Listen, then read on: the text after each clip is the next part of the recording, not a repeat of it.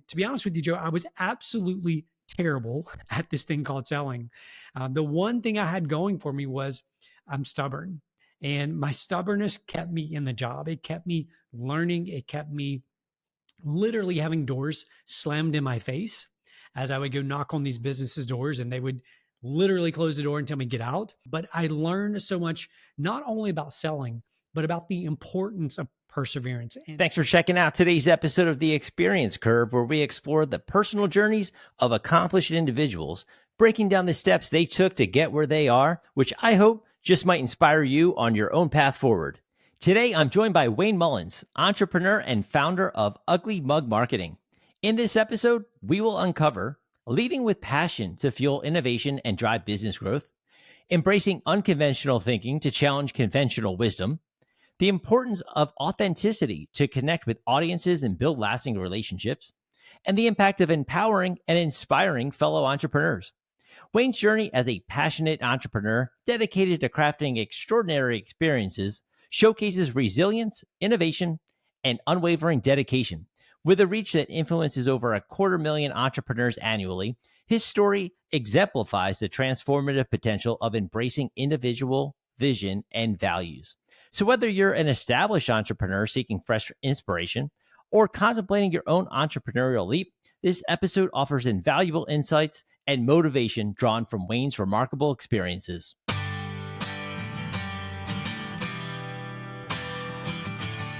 Hey, good afternoon, Wayne.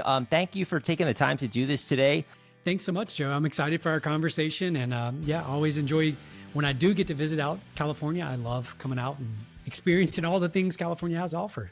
Yeah, we'll have to catch up next time you do for sure. Yeah, you've done a lot of really cool stuff that I was really intrigued. You have UglyMug, and when you graduate college, what's your trajectory from, okay, I'm out and now I need to figure out what to do, to okay, I'm this entrepreneur and I have this successful company? Yeah. What's interesting, Joe, I'm not one of those people who went into school knowing exactly what I wanted to do. I had no clue what I wanted to do after I graduated. And so at some point around my junior year, maybe going into my senior year, I got some CDs from this gentleman of the name Zig Ziglar. And yes, I'm of the CD age, right? So CDs were the thing back when I was in school. And Zig Ziglar, if you're not familiar, go look him up. I'm sure his stuff's on YouTube. You can find it in other places, but he was a sales trainer and motivational speaker. And those CDs were about selling. And from listening to those CDs, Zig kind of sold me on the profession of selling. So I knew I wanted to go into sales. I didn't know exactly what I wanted to do, but I knew I wanted to go into sales. So that is exactly what I did. My first job right outside of school was selling manufactured housing, mobile homes. That's awesome. Yeah, we had this discussion offline for people listening. And so I spent a couple of years doing that, really honing my skills, trying to learn how to do this thing called sales. And then I moved into advertising sales. I worked for a company that sold billboards. So my job was to go around knocking on doors, cold calling on people, and trying to get them to part with thousands of dollars per month to put their name, their logo, whatever it may be, up on a sign on the side of the road. And to be honest with you, Joe, I was absolutely terrible at this thing called selling. The one thing I had going for me was I'm stubborn.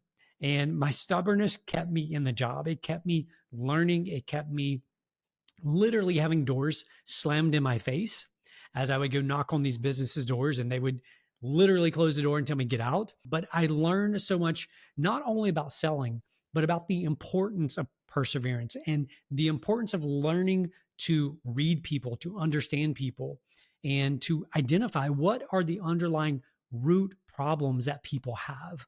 And so I parlayed those skills and the ability to sell into marketing, which my degree is actually in marketing. I have a degree in marketing, and decided to launch a marketing company. And we can jump into as much of that story as you want, but it's been definitely an adventure.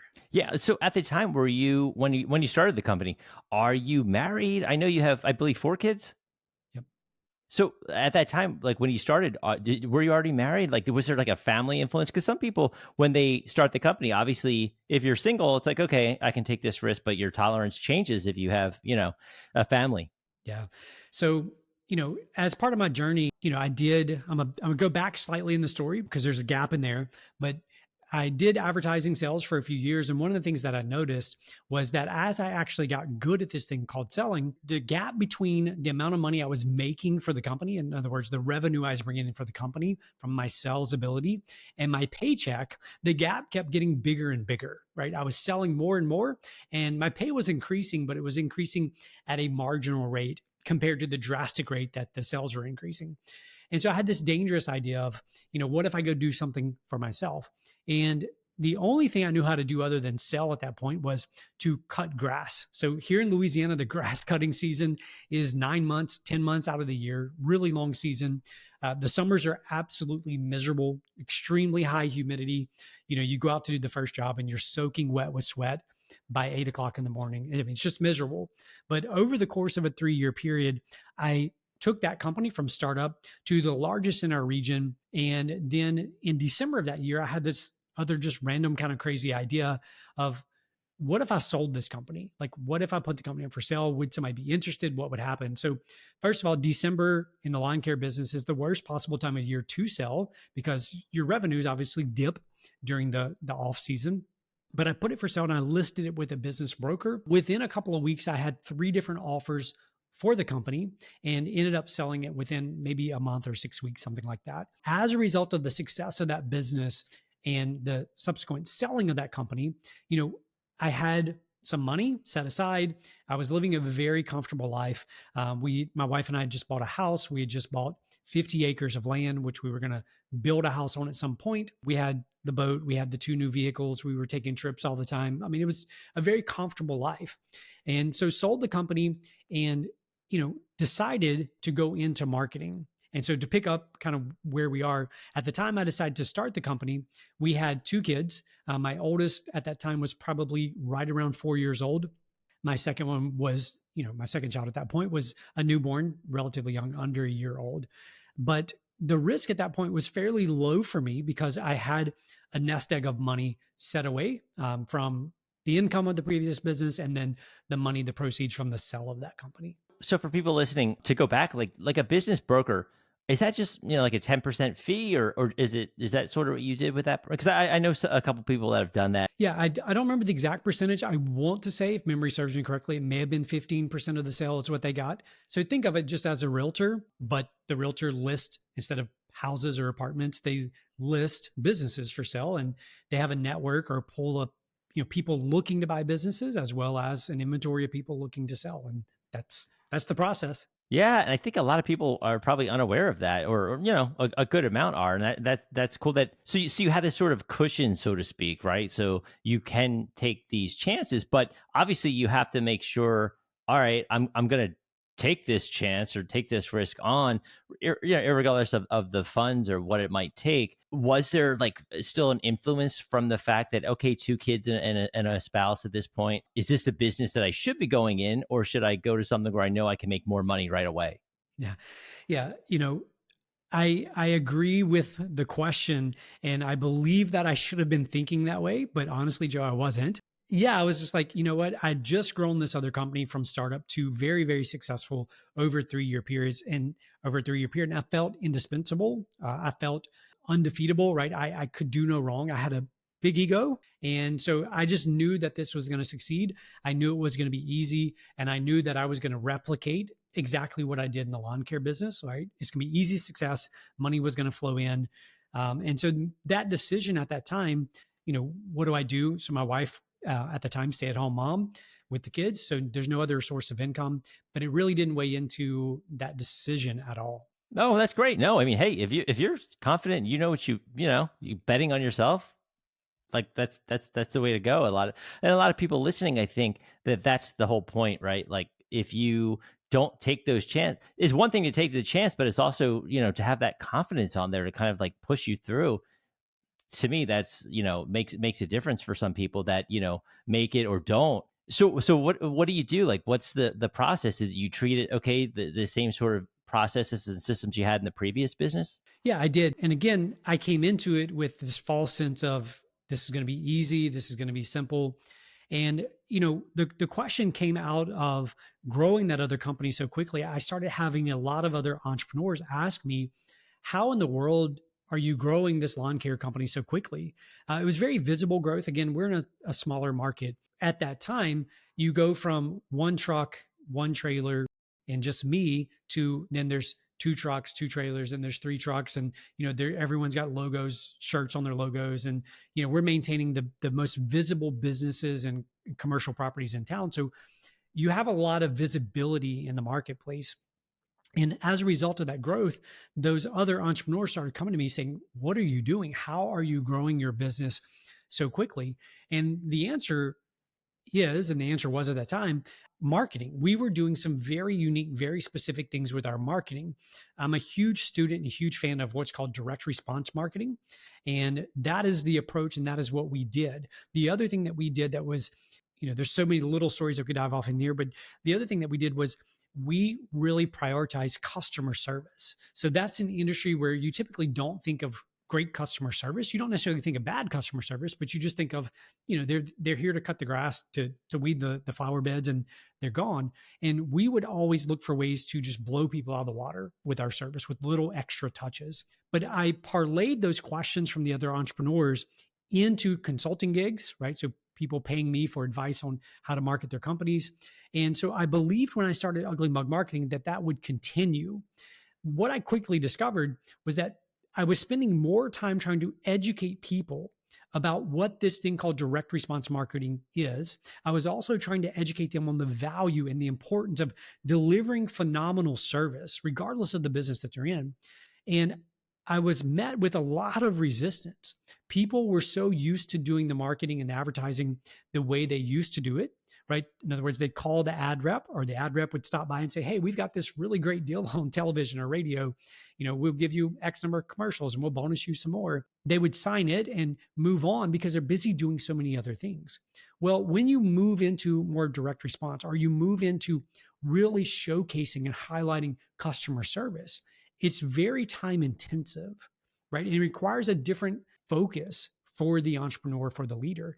And so for UglyMug in those early days, I was spending way more time trying to educate them, trying to show them why those two things mattered so much, that, to be honest with you, UglyMug Marketing wasn't doing well when we first started. It was a very long, slow process. Yeah, when you first said the lawn care thing boomed so quickly, I was thinking of that TV show Weeds. I'm like, oh, is this where this is going?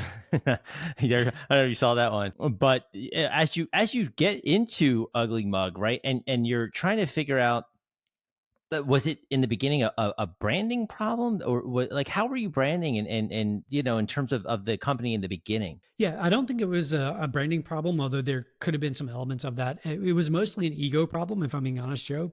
Again, I came in under the assumption that this would be easy. Yeah, guns blazing, like this is going to be easy.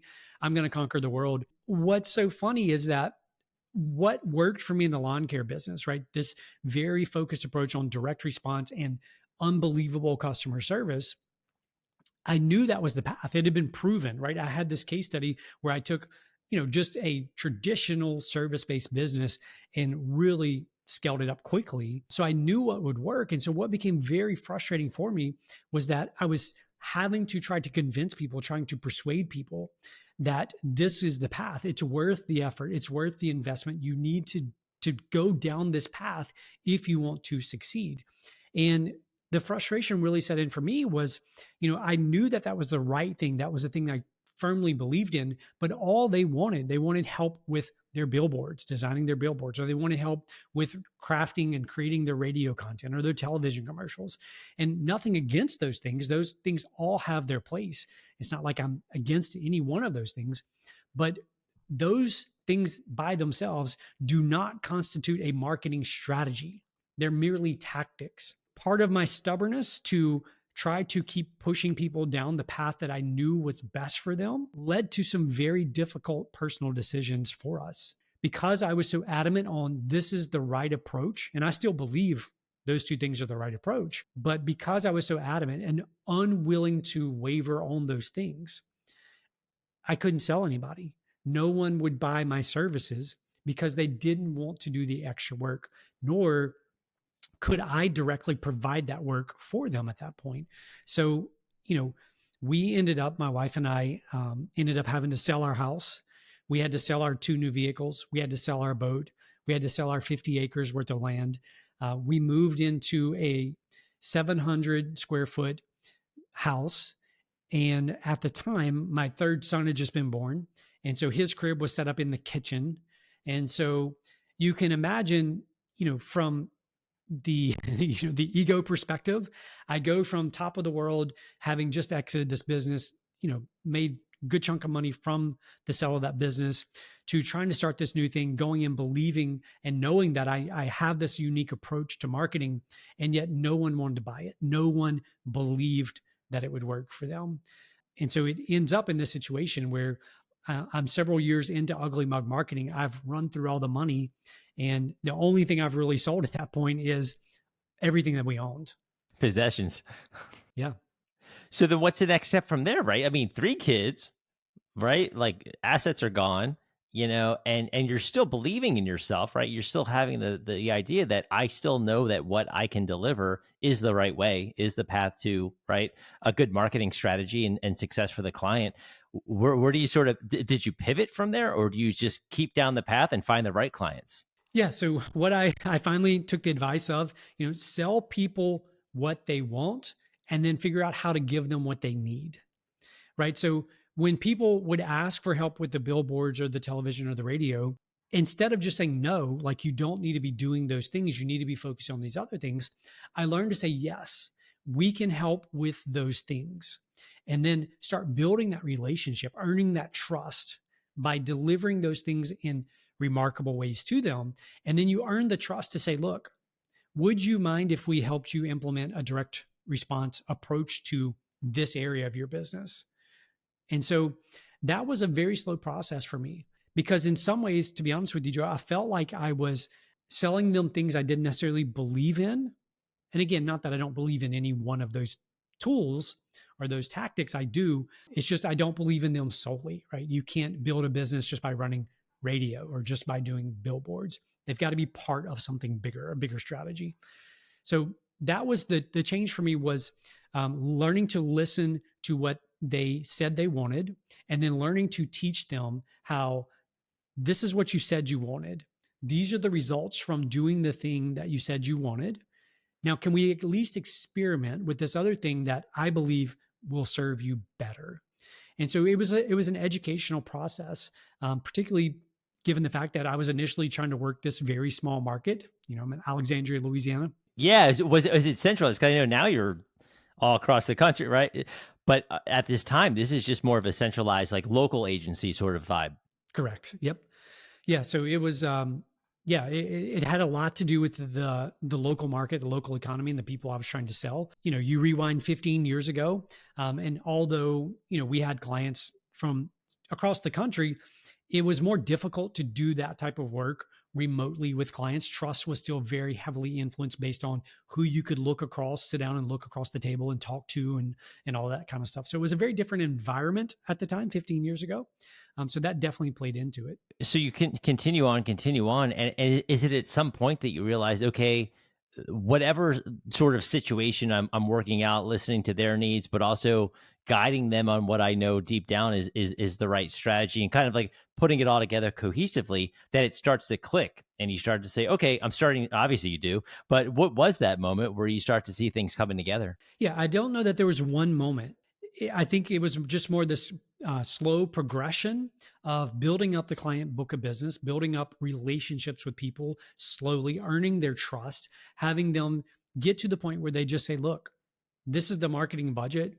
You do whatever you want with it. We trust you. And so it took a long time to get to that point, because, I'm a firm believer in, when it comes to marketing, if you're a for-profit business, the only thing that really matters at the end of the day is, do the marketing campaigns increase revenue and increase profit, right? You can increase revenue, but not increase profit. In other words, the things you're doing cost more to run, to do from a marketing perspective, than the profit they bring in. So it's those two metrics, revenue and profit.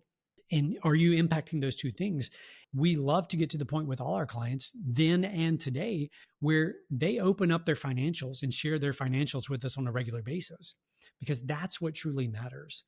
So yeah, it was a long journey, and I wish I could say there was that one moment, but the reality is it was years of slow progress. It was years of lessons for me.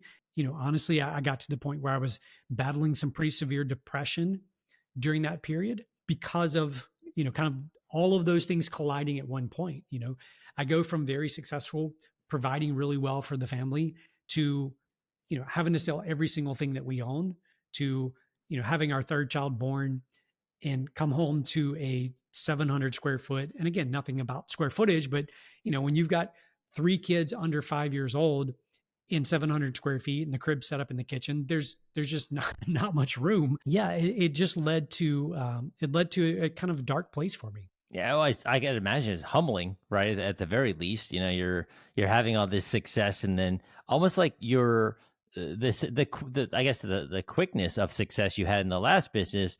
This one you had to like grind out over years and years and years. I believe it was on your website. I read that your one of your core philosophies was prioritizing results over aesthetics. Was that something that you pushed early on with clients, and maybe that's their willingness to be like, hey, I'll open my books to this guy. Like, like I want results. Like, he's definitely data driven. Like, is that sort of a core philosophy you've always had? It is. And that's part of what led to those initial kind of quote unquote conflicts with prospects. In other words, my approach, and even the name, the name UglyMug Marketing comes from this quote. That the quote is from David Ogilvy, who was the co-founder of one of the largest ad agencies in the world. And the quote that he used in his office often was, "I would rather you bring me an ad that's ugly and effective over one that's beautiful but isn't." And that is our North Star. But at the same time, that's a very jarring thing, because no one wants an ugly website. No one wants an ugly billboard. No one wants, an ugly whatever it may be. And it's not that we're advocating for ugly. We're advocating for, let's keep the main thing the main thing. And the main thing isn't designing something beautiful for the sake of designing something beautiful. The main thing is designing something that's going to get amazing results. Whatever the aesthetics have to look like, sure, we want it to look as good as possible, but we don't want to sacrifice the end result because of the means, because of the thing that we're creating. Maybe it was different back then through today. When you're sitting down and you take on new clients, how involved are you personally? Like at the beginning till now, have things changed a little bit as you've grown, or has it stayed, pretty much the same? At this point, I don't ever actually deal with any clients. I have no clients that I work with on my own. I'm not involved in the sales process. I'm not involved in the onboarding process at all. My role has shifted drastically. In order for that to be true, I have an amazing team who are experts in their areas. So we have, a few different divisions or departments here in the company. But in the early days, yeah, it was me. It was me doing the selling. It was me doing the campaigns. It was me doing the creative. It was me working on the websites. It was all me doing all the pieces and components. What I've attempted to do is build an agency where I don't have to be the face. I don't have to be, the center of attention. I actually don't want those things. I want my team to be the heroes. I want my team to be the experts. I want them to shine. I don't want to have to jump in, save the day, be the hero, those types of things. I want to empower them to do that on their own.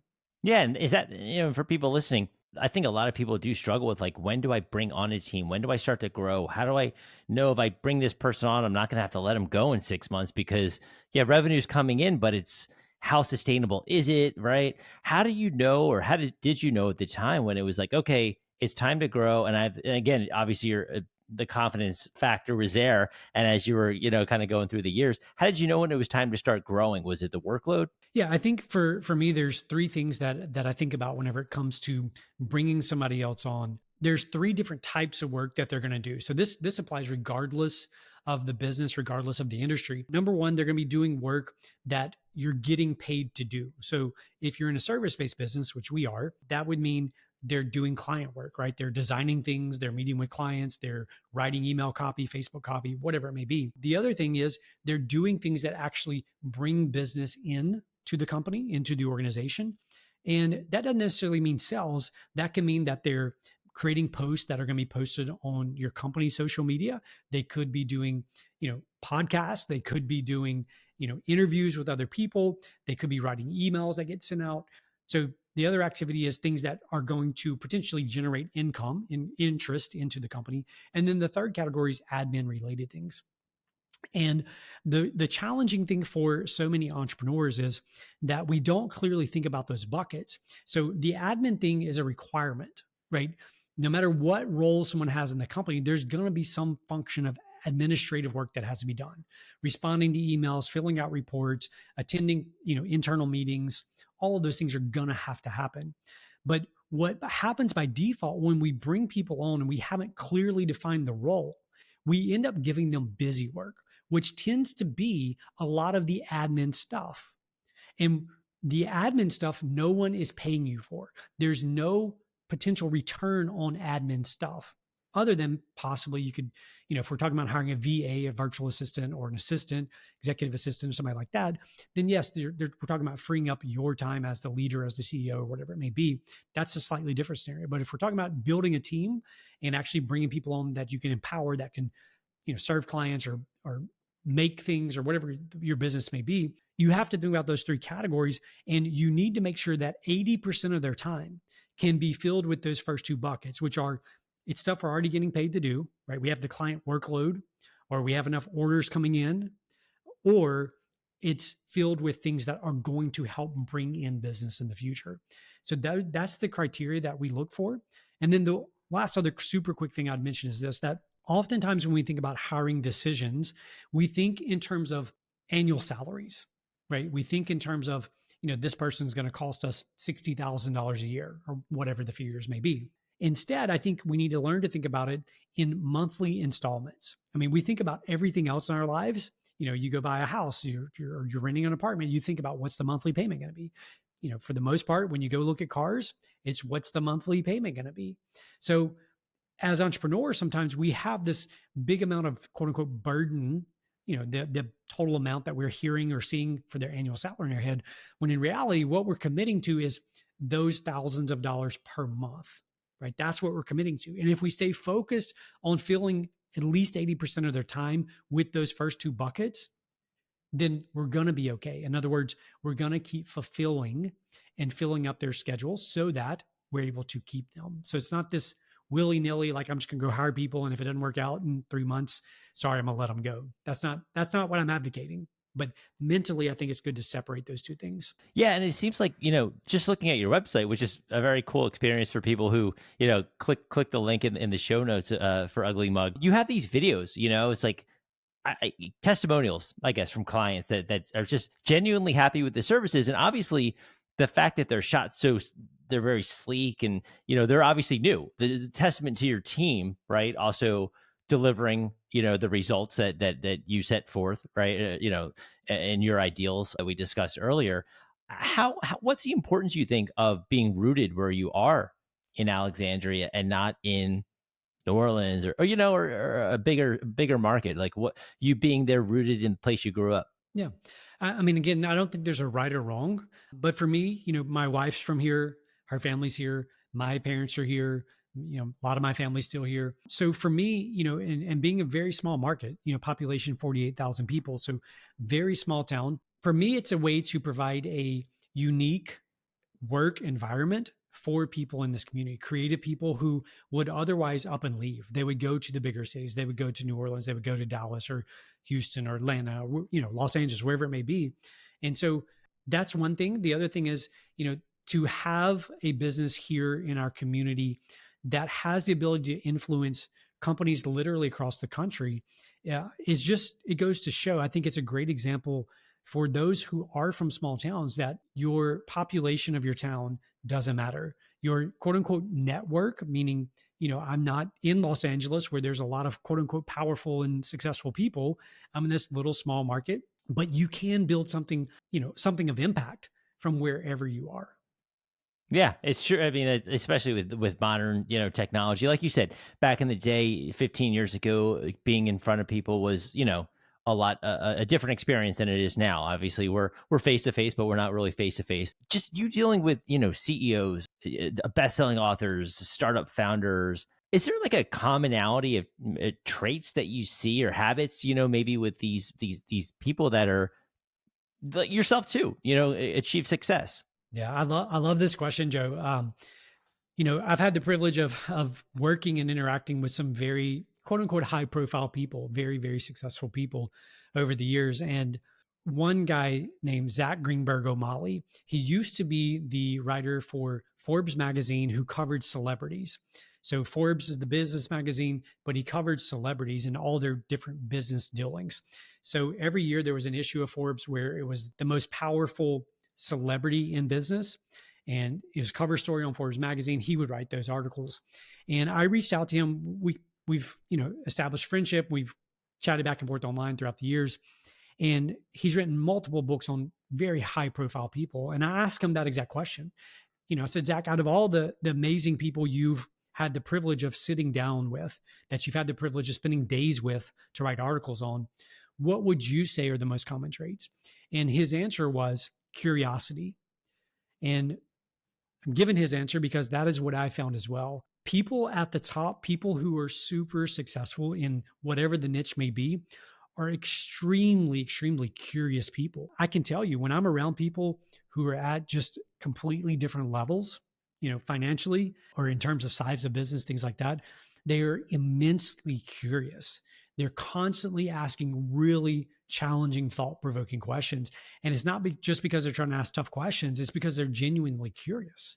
They're peppering me with questions constantly about what trends do I see coming? What are we doing for this problem? Or what are we doing for that problem? I mean, so curiosity, I think, goes a long, long way. Well, you personally, I mean, between, I think it's, you have a blog, you wrote, you have books, you have training programs, like you're reaching like 250,000 entrepreneurs, right? Just each year through these channels. So obviously there's something in you that wants to give back. You have a lot to share. You have a lot of knowledge, expertise. What's sort of the impact on that you want entrepreneurs to have from just learning from you? Number one, I think it would be that, so often the media, and I use that term loosely, whether that's social, whether that's, traditional media, whatever it may be, they tend to glamorize entrepreneurship. They tend to talk about the cover story. They tend to talk about how they're making billions of dollars and they're, exiting for all this money.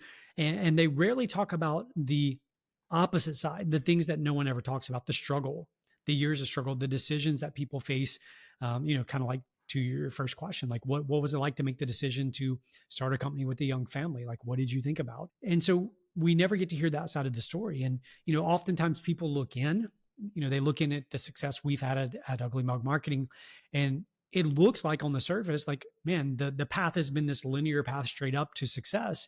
When in reality, that's not it at all, right? The path is lots of up and downs. And yes, we're extremely successful now, but there's still ups and downs, right? There's still challenges, there's still problems, there's still things that keep me up at night. So it's not this glamorous path that I got lucky on. I'm dealing with the same things that so many other entrepreneurs are dealing with. Yeah. I mean, you personally are a testament to, grinding and believing in yourself and having the confidence, but also the humility to, understand like, okay, I have to make a change I'm still, but I still believe in myself, How about for you personally? Are there people or sources that maybe that you lean on to for advice, inspiration? Yeah, I'm an avid reader. So I love to read. You think about it, people typically spend years writing these books, distilling their knowledge, whether it's research, whether it's firsthand, into these books. So books for me are a very powerful source. One of the things that I struggle with as a reader is, you're reading a good book and the author will mention another book or another author in there. And so you go like run over and you add it. Yeah, you add it to your Amazon list or whatever. And I've had to learn to not do that as much. And I've had to learn to really focus on the simple question: what am I trying to create in 3 years? And what, based on what I'm trying to create in 3 years, do I need to start working on today? And so that is my approach now. So based on where we are, based on the size of the company that we're at, and again, we're not a huge company by a lot of lot of stretch. We're a decent sized company, but based on where we are and where we're going, I knew over the last few years that financials were going to be an important part. And so I really had to hone my skills in terms of the ability to look at financials, to understand financials, and to make decisions based on financials. And so I've spent the last several years really being intentional about that learning path. So if I was gonna give advice, it would be that, like, look into the future, see where you're going, what you're trying to create, and then ask yourself, based on that version of myself in the future, what do I need to start working on today and start down that path? Yeah, it's something. Even you talk to people, exercise, even right. Like, what is your body 10 years from now? What would it appreciate you did today? Kind of the same idea, right? When it comes to the business, how about yourself? Like in terms of with the motivation, inspiration that you have to whether it's building your personal brand, whether it's keeping your company, continuing to thrive, thriving more. What is like the I guess if you had to pick a favorite aspect of being an entrepreneur in this path you've chosen, obviously you still have a lot of time to go. But what would you say like so far is your most rewarding aspect of being an entrepreneur? The most rewarding aspect would be watching other people learn to lead and allowing them to be heroes. By default, what I think is true is entrepreneurs love to be the hero. And I don't mean that in a bad way, but I simply mean that entrepreneurs tend to find problems and then figure out solutions to problems. And so they jump in and they help people solve problems. I mean, that's at the core of every business. It's helping people solve certain problems. And if we're not careful as entrepreneurs, when we start the business, being the hero serves us really well. It helps us get through that first stage of business growth, right? Being able to jump in to provide amazing service for our clients. But at some point, that will become a hindrance. If we don't empower other people and teach them how to jump in and be the heroes, then what happens is we by default become the bottleneck. We become the lid on the growth of the organization. And it plays out in two ways. Number one is that we have to learn to stop being the hero to our customers, but also then we have to learn to stop being the hero to our team members. So what happens is as we move from that first stage where we're the hero to the customers to we start building out the team, what happens by default is we're the hero to the team. In other words, we have all the answers. So when there's a problem, they come to us for the answer. When there's an opportunity or something they want feedback on, they come to us. And so we become the hero who has all the answers. And in order to build a team, a truly empowered team, you have to learn to stop being the answering machine. You have to teach them how to think for themselves so that they can answer those tough questions on their own. That's very good. Yeah, that's very insightful. Now it's a great way to look at it because it's true. You see people at companies and they're like, "Oh my gosh, I'm trying to be the hero to my employees, especially." I see that a lot with entrepreneurs, and it is empowering those employees to kind of know how to maneuver the situations. And you've been very like open, obviously, about struggles and how, whether it's mental or through your business. What would you say is like your biggest weakness? That you want to fix or that motivates you to kind of become stronger. Mhm. Yeah, there's a long list of those. A few that come to mind would be ego. I still deal with ego, and thinking and knowing that I know more than others. Part of that comes from the reality of I'm an avid student. Like I'm always trying to learn, trying to grow. And so by default, it's tough for me to be humble, to seek advice from other people sometimes. The other would be that I tend to be most entrepreneurs where I'm always searching for the next big idea, the next big thing. And what I've learned about entrepreneurs in general is that we often believe that if we just do that one next thing, if we find that one hack or that one secret or that one silver bullet, then things are going to magically change for our business and for our lives. And what I've learned is that success doesn't typically come from doing more. It actually comes from doing less. It actually comes from figuring out what is the constraint or the constraints that are holding the business back and then actually removing those constraints. So mentally, it's not about doing more, it's actually about doing less by removing the things that are holding you back. Wow, that's great. So for people who are listening right now, you've been great about, giving advice to budding entrepreneurs and things like that. When it comes to yourself, goals, for whether it's your personal goals or your company's goals, where do you want to see yourself 5 years, 10 years, whatever it might be, or what's the ultimate plan for your company? Yeah. Joe, I wish I had some really grand answer that would, inspire people and motivate people and all that. But the reality is that I'm an incrementalist, and I believe that little tiny improvements every single day will make drastic differences over the years. And so for me, it's not about like, the grand vision of, offices around the world, or, thousands of employees, or it's none of that. It's really, how do I instill this idea in my team that we are incrementalists, and that if we choose to get better in all these little areas of our lives and of our work every single day, over the course of time, it's going to have a profound impact on where we end up and where we land. So that's it for me. Yeah, no, for sure. It's like kind of like what they teach you in any like school, whatever it might be. If you just read 20 minutes a day, you compound that over the week, over the month, over the year, over 5 years, 10 years, right? It's that kind of effect where you just kind of perfect what you're doing and just become amazing at what you want to do, right? For people who want to connect with you, what's the best way? Is it for yourself, for your company? Obviously, I'll put your website into the show notes. How about yourself? Like, are you most active? LinkedIn or? Yeah, I'm most active actually on Instagram, probably. It's at Fire Yourself is where you'll find me. There I share a lot of just kind of personal stuff. I share a lot of the leadership struggle stuff. I just made a post yesterday kind of about this whole idea of, it's about doing the little thing. We often say that tomorrow is going to be the day that I start the exercise program, or I start reading, or I start the business. And it's really, what always wins are excuses. We always have an excuse as to why today we didn't do the thing we said we were going to do. And so the whole post idea was like, do the one little thing now. Like, stop what you're doing, hit pause if you're listening to this, go write the sentence in your book. I'm not asking you to write a paragraph. I'm not asking you to write a page. Write the first sentence. If you're thinking about taking a trip, planning the vacation that you've been talking about for years, pull up your calendar, put the dates on your calendar. You don't have to do anything else. Take that first little step.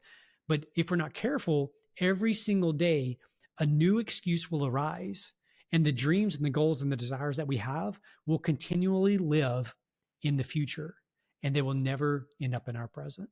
Yeah, that's great advice. I mean, it is remarkable how you committing it to your calendar, you see it, you know what's coming up, and you have to just, get it done. A lot of times people are like, okay, if I don't get this done, then it's just going to pile up and pile up. And like you're saying, incrementally, if you just kind of do little bit, little bit, it's going to pay off in the long run. But listen, man, thank you so much for your time today. I mean, you shared so much. I appreciate just your honesty and just being so open with people. Thank you so much for the opportunity, Joe. And one final thought for everyone listening is just this, that consistency creates miracles. Thank you for taking the time to listen to this episode of Experience Curve. Please take the time to share this podcast with a friend or colleague to help get the word out about my show.